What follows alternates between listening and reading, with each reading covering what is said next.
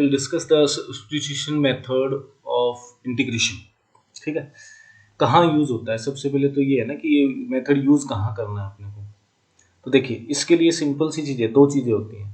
अगर सब्स्टिट्यूशन होगा, ठीक है, यानी हमें कोई एक्सप्रेशन दे रखा है, उसका डिफ्रेंशिएशन है अपने पास, राइट। उस एक्सप्रेशन में डिफ्रेंशिएशन है किसी भी टर्म का, एक्सप्रेशन का, टर्म का। अगर डिफ्रेंशिएशन है तो इसको हम टी अज्यूम कर लेते हैं, ठीक है।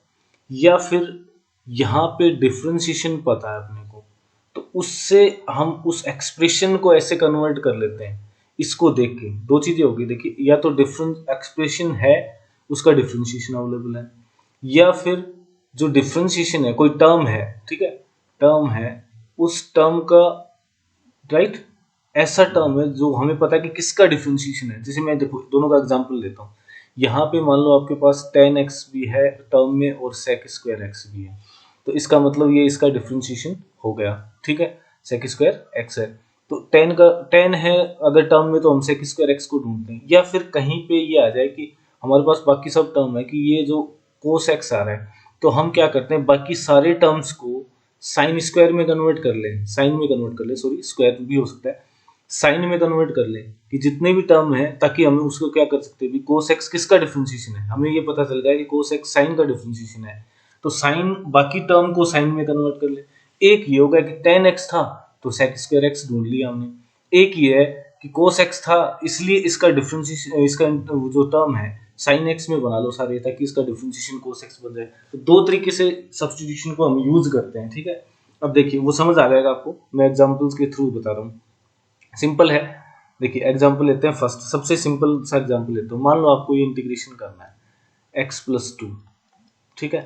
तो इसमें तो कोई इंटीग्रेशन, कोई सब्स्टिट्यूशन की जरूरत ही नहीं पड़ी हमें, क्योंकि ये सिंगल टर्म, अलग अलग टर्म है, दोनों को इंटीग्रेशन कर सकते हैं। x का इंटीग्रेशन x² हो गया, +2 एज इट इज आ गया, x का dx का x हो गया, +c हो गया, आंसर आ गया, सिंपल है। लेकिन इसी टर्म को मान लो, मैं इसी टर्म को थोड़ा सा कन्वर्ट कर देता हूँ, कि ये बना दिया मैंने स्क्वायर रूट ऑफ x+2 है, तो फिर से हम इसको डायरेक्ट तो लिख सकते हैं, डायरेक्ट लिख सकते हैं बिना सब्स्टिट्यूशन के, कि ठीक है अभी x है, कोई पावर ही नहीं है, सिंपल सा टर्म। लेकिन अगर इसको सब्स्टिट्यूट करें, सपोज करो, तो अंडर रूट हटाना है मेरे को, प्रॉब्लम अंडर रूट कर रहा है ना, तो अंडर रूट कैसे हटाए, इस टर्म को अज्यूम कर ले, और इस टर्म को अज्यूम करने का सीधा सा मेथड है कि x+2 को हम t लिख ले। कई बुक्स में t² भी दे देते हैं, t² भी लिख लो, कोई बात नहीं है। तो इसको लिखा, क्यों लिखा, अब देखिए x का डिफरेंशिएशन क्या है, 1 है, तो 1 तो ऑलवेज देयर, हमेशा ही होगा वहां पे। तो x+2x लिखा मैंने t, तो इसका डिफरेंशिएशन करते हैं, जो हमने अज्यूम किया है पूरे टर्म का डिफरेंशिएशन करेंगे।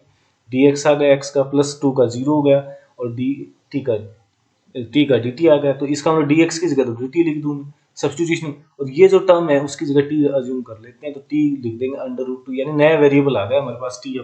अब √t का हम क्या करें, इंटीग्रेशन कर दें, तो क्या आएगा, t पावर हाफ है, t पावर हाफ +1 3/2 बन जाएगा, और ये 3/2 बन जाएगा, प्लस c, यानी कुल मिला के आ गया अब 2/3 t की पावर, t का मतलब क्या हो गया, x+2 था, उसको वापिस रख देंगे, राइट, और ये 3/2 प्लस c आ गया। ठीक है, हम डायरेक्ट भी कर सकते थे, इसमें कोई प्रॉब्लम नहीं थी।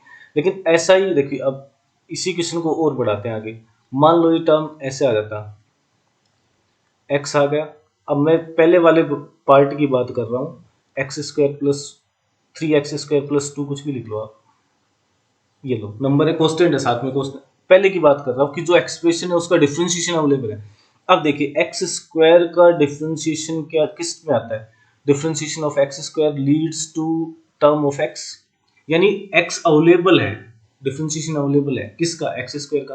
तो सबसे पहले प्रॉब्लम क्या आएगी, अंडर रूट को हटाना था, उसके अंदर देखा मैंने, और x² आ रहा है, बाकी कांस्टेंट है, कांस्टेंट हमें कभी प्रॉब्लम नहीं करते, वो मल्टीप्लाई है तो डिवाइड में चला जाता है, डिवाइड है तो मल्टीप्लाई में। अब इसका डिफरेंशिएशन मेरे को पता चल गया, x चाहिए, x है क्या, मैंने देखा है, तो मैं सीधा सीधा क्या करूंगा, x² को t रखूंगा। अगर साथ में कांस्टेंट है तो सबको लपेट दो, ये भी कांस्टेंट था, लपेट दिया मैंने 3x², ये भी कांस्टेंट था, पूरे को t ले लेंगे, या t² भी ले सकते हो आप, t ले लो, ठीक है। तो इससे क्या बन गया, 6x बना x² का, ठीक है, 2x हो गया तो 6x हो गया dx, और ये बन गया dt। सिंपल है, मेरे पास तो x ही है, तो x dx क्या बन जाएगा, 1/6 बन गया। ये मैंने कहा ना, कांस्टेंट कभी प्रॉब्लम नहीं करता है, 1/6 बन जाएगा। तो ये जो वाला इंटीग्रेशन है वो बन गया 1/6 बाहर रख दिया मैंने, और ये पूरा टर्म dx के साथ x और dx मिलके क्या बन गया, इसकी जगह मैंने सब्स्टिट्यूट कर दिया dt, और ये आ गया अंडर रूट में t आ गया। फिर से वही आंसर आना है 1/6 t पावर 3/2, और t की वैल्यू रख दूंगा तो 3x² प्लस 2 की पावर 3/2 अपॉन में 3/2। ओके, ये इससे कैंसिल होके 1 प्लस सी है, और ये इस 2 से कैंसिल हो जाएगा 6, और ये आ जाएगा 3 3 3 9 1/9, और ये आ गया 3x² प्लस 2 पावर 3/2 प्लस सी, ये इंटीग्रेशन होगा। तो ये सब्स्टिट्यूशन हो गया, सिंपल मेथड है, कोई प्रॉब्लम नहीं। आपको सिर्फ ये देखना है कि डिफरेंशिएशन आना चाहिए आपको कि हाँ ये किसका डिफरेंशिएशन है, उसके अकॉर्डिंग उसको टी ले लेंगे। अब मान लीजिए इसी क्वेश्चन को और बढ़ा देता हूँ मैं, थोड़ा सा ऐसे कर देता हूँ, इंटीग्रेट, मैं इसको डिनोमिनेटर में ले जाता हूँ, x प्लस 2 का अंडर रूट।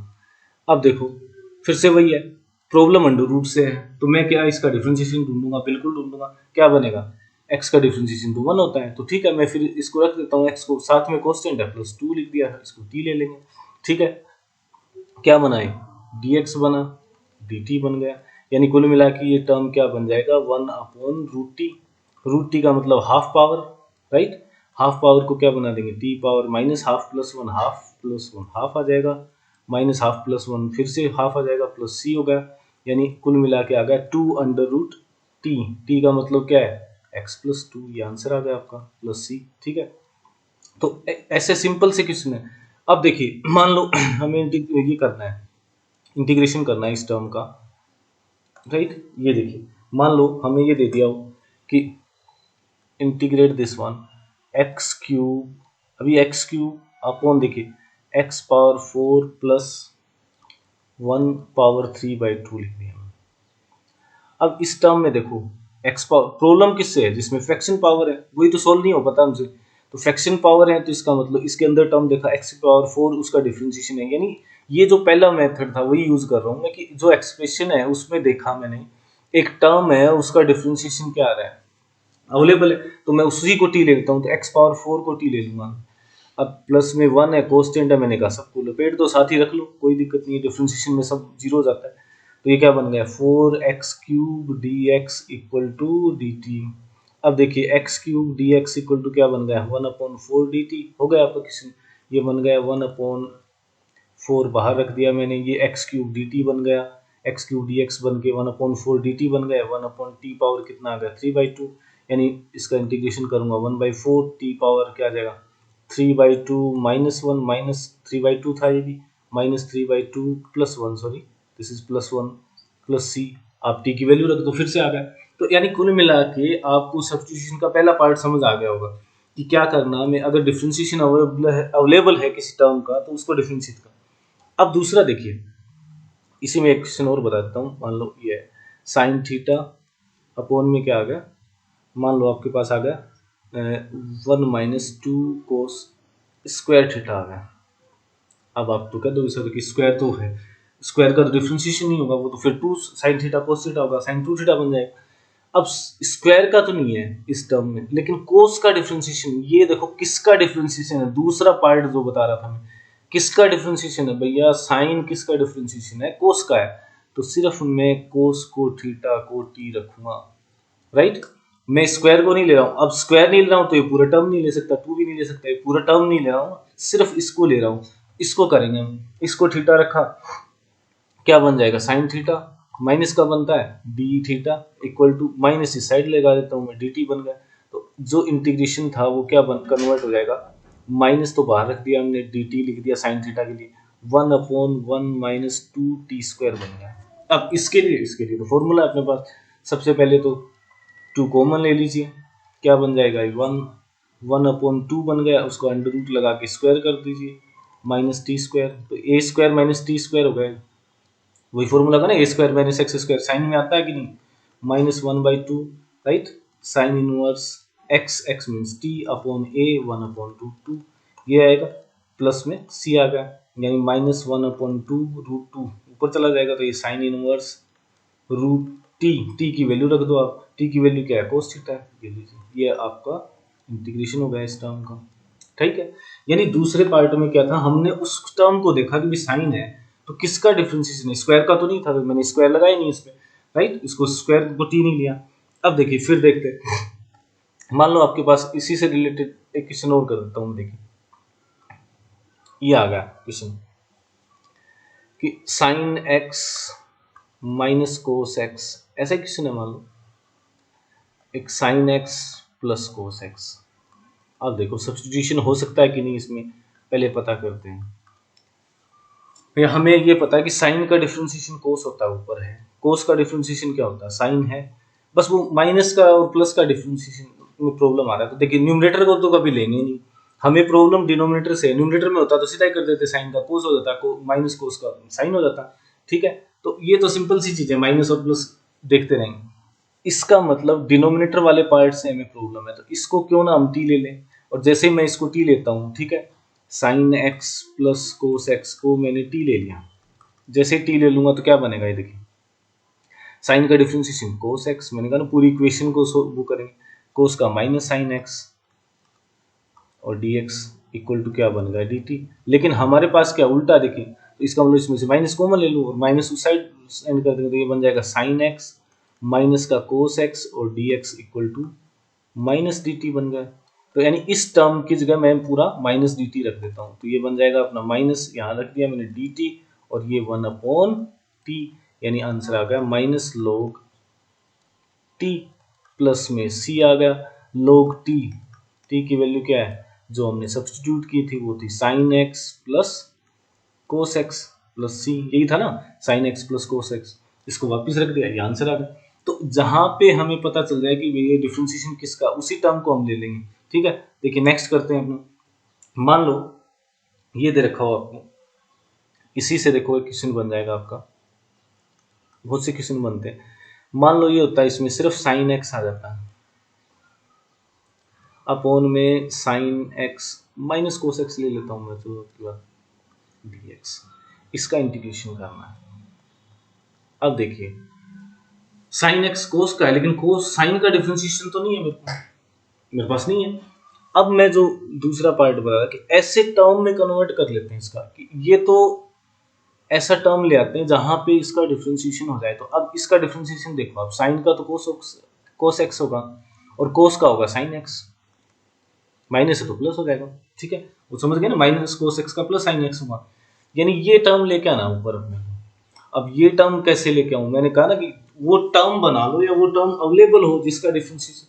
तो इसके लिए मैं क्या करूं, इसको भैया साइन एक्स है तो साइन एक्स एक बार और लिख देता हूँ, और तो क्या कर सकता हूँ, कोस लाना है तो मैं कोस को प्लस कर देता हूँ। मान लो ये तो थोड़ा समझने की कोशिश करते हैं, देखिए रटना नहीं होता इसमें, सिर्फ छोटी छोटी ट्रिक्स होती हैं, छोटे छोटे वो हैं लॉजिक्स हैं। माइनस कोस एक्स ये लाना है मेरे को, तो भैया साइन एक्स में कर देता हूँ प्लस में कोस एक्स, ले लो।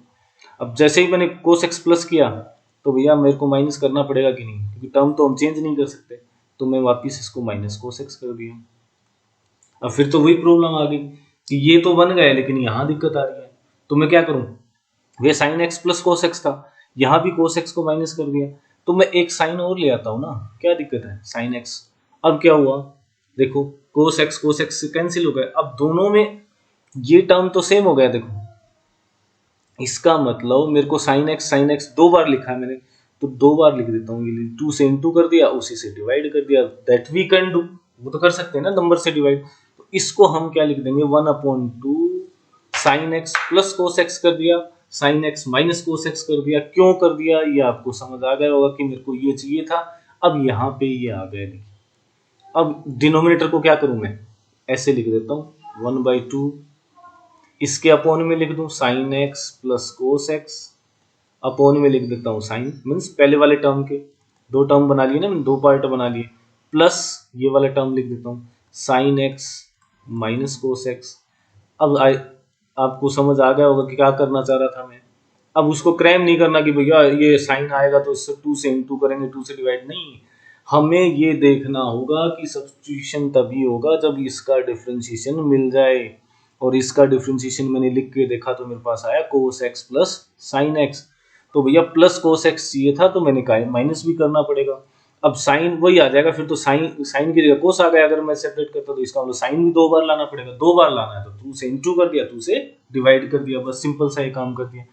अब ये क्या बन जाएगा, देखिए हाफ, देखिए साइन एक्स अपॉन, अच्छा ये तो टी हो गया, ये डी टी हो गया, चलो इसको अलग रख देते हैं अपने, sign x plus cos x, ठीक है, upon sine x minus cos x. एक बार फिर लिख के देखते हैं, ये कैंसिल होकर 1 आ गया। तो कुल मिला के हमारे पास जो टर्म आया उसमें क्या कर लिया हमने, अब रख दूंगा मैं कि ये वाला sign x minus cos x है ना, इसको टी रख देता हूँ। तो साइन एक्स का तो हो जाएगा कोस एक्स, और कोस माइनस कोस का हो जाएगा प्लस साइन एक्स। डिफ्रेंशिएशन कर रहा हूँ, dx पूरी इक्वेशन को किया, ये dt आ गया, ये लीजिए बन गया आपका question half, this is 1 upon T plus 1 and this is dt, हो गया। सोल्व कर दीजिए, हाफ log t आ गया, प्लस में t आ जाएगा और प्लस आ गया c, ठीक है।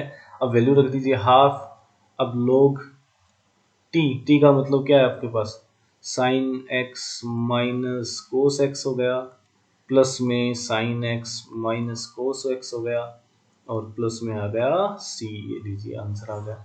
अब इसमें तो कोई लॉजिक ज्यादा लगाया नहीं हमने, तो ये हो गया। अब इसी को देखिए, यही क्वेश्चन कई बार इस फॉर्म में भी पूछ लेते हैं, जैसे आपको ये बता दिया, बहुत से क्वेश्चन सोल्व हो गए आपके इसी पैटर्न से, सिर्फ इतना सोचने से। जैसे देखिए 1 अपॉन, मान लो ये आ जाता 1 अपॉन 1 प्लस 10x, माइनस हो सकता है, ठीक है, 1 upon 1 plus minus cot x. अब वैसे तो मैंने क्या बताया आपको, 10 के लिए सेक स्क्वायर ढूंढो, सेक स्क्वायर कहाँ से लाओगे, ये तो हो ही नहीं सकता, सेक स्क्वायर से डिवाइड करो, फिर वो से कोस स्क्वायर से, तो फिर प्रॉब्लम होगी। क्या मैं इसको थोड़ा सिंप्लीफाई करके, जैसे मैं एक इसी में से उठा लेता हूँ, मान लो ये कि 1 अपॉन 1 प्लस कोट एक्स का एग्जाम्पल ले लेता हूँ डी एक्स। अब देखिए क्या करूँ भैया, साइन कोस किसी का कोई डिफ्रेंशिएशन नहीं है, कोट के साथ में कोई रेशनलाइजेशन नहीं होता, कुछ नहीं होता, तो मैं क्या करूँगा, इसको साइन कोस में कन्वर्ट करता हूँ। जब कोट का से काम नहीं चल रहा है तो साइन कोस में कन्वर्ट करते हैं, साइड कुछ बन जाए, sine x sorry cos x upon sine x आएगा, ठीक है, ये बन जाएगा अपना कोस एक्स अपॉन में साइन एक्स, आया समझ। तो ये जैसे ही बना, एलसीएम लूंगा तो ये देखो आप साइन एक्स ऊपर पहुंच गया, एलसीएम लेने से ये साइन एक्स इससे इंटू होके फिर ही तो पहुंचा ना, sine x plus cos x. क्या ये वही क्वेश्चन नहीं है क्या, सेम जैसा ही तो गया, बस इसमें प्लस और माइनस का फिर वही 2 से इंटू 2 से डिवाइड। अगर ये वाला क्वेश्चन लेता, मैं ये वाला पार्ट लेता, तो ये क्या बनता, देखो प्लस माइनस में, अगर माइनस में लेता तो ये बन जाता कोस एक्स ऊपर चला जाता, और ये क्या बन जाता cos x minus sine x बन जाता, कोई दिक्कत नहीं है, सेम ही क्वेश्चन है। तो ऐसे क्वेश्चन आराम से सोल्व कर सकते हो जहाँ पे सब्स्टिट्यूशन है, ठीक है। अब देखिए उसके बाद अपने चलते हैं, इसी में नंबर आ जाएंगे तो प्रॉब्लम हो जाएगी, फिर दूसरा मेथड यूज करना पड़ता है, जब हुआ वो बाद में बताता हूँ मैं आपको कभी। अब देखिए नेक्स्ट करते हैं क्वेश्चन, मान लो ये है इंटीग्रेशन, ठीक है। अब चाहो तो आप डायरेक्ट भी कर सकते हो, जैसे साइन एक्स माइनस ए आ गया अपॉन में साइन एक्स आ गया, तो वैसे तो सिंपल से है, वैसे ही कर सकते हैं हम, लेकिन चाहे तो इसको क्या लिख सकते हैं भैया, तो सीधा सा है, ए माइनस बी का फॉर्मूला लगा दो जी साइन का, तो पता है अपने को, साइन एक्स कोस ए माइनस कोस एक्स साइन ए, नीचे सिंगल टर्म है अलग अलग कर दीजिए, साइन एक्स से डिवाइड कर दिया, ये सिंगल टर्म बोल रहा हूँ ना, ये पीछे वाले वीडियो में मैंने आपको बताया सारा, ठीक है। तो ये क्या बन जाएगा, कोस ए बना, माइनस में कोस अपॉन कोट बना, और ये इंटू में साइन ए आ गया। अब इसका इंटीग्रेशन क्या होगा, ठीक है, कोस ए का मत लिख देना साइन साइन ए, नो नो, ये कोस्टेंट है भैया, ध्यान रखना कोस्टेंट है, इसके साथ वेरिएबल नहीं है, तो कोस्टेंट तो बाहर चला जाएगा, कोस ए, यहाँ क्या बचा 1, 1 का क्या होगा एक्स माइनस साइन ए, कोस्टेंट है मत कर देना, उसका कुछ नहीं करना है, कोट का क्या होता है लॉग, ठीक है, साइन एक्स, प्लस में क्या आ गया सी आ गया, तो ये आ गया आपके पास सिंपल सा।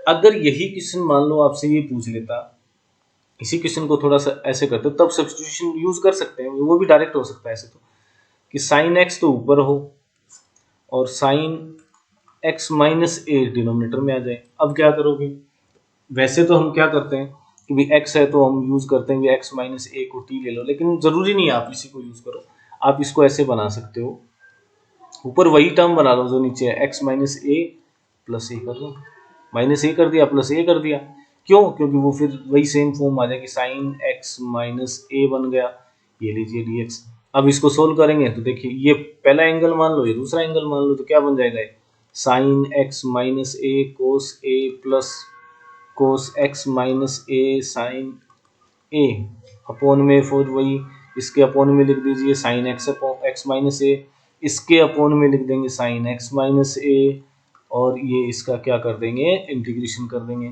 तो जैसे इंटीग्रेशन करेंगे क्या आएगा, ये फिर से कैंसिल हो गया वैसा का वैसे से कोस ए डी एक्स प्लस, अलग अलग कर रहा हूँ मैं, सीधा भी लिख सकते हो, ये हो जाएगा कोट एक्स माइनस ए, और ये कोस्टेंट है ना साइन ए, इसको बाहर रख दो, कोस्टेंट है मैंने पहले ही बता दिया, इसका इंटीग्रेशन नहीं होगा।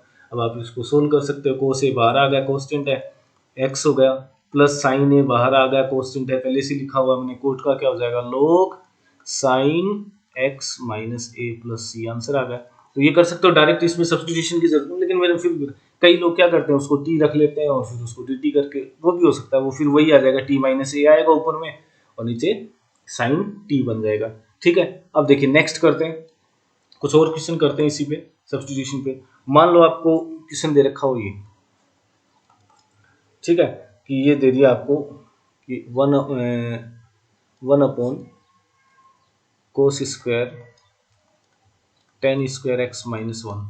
अब देखिए टेन किसका डिफ्रेंशिएशन क्या है, अब दो चीजें आ गई ना, मैंने फिर से आपको बता रहा है, या तो डिफ्रेंशिएशन हो या फिर बना लो किसी टर्म को।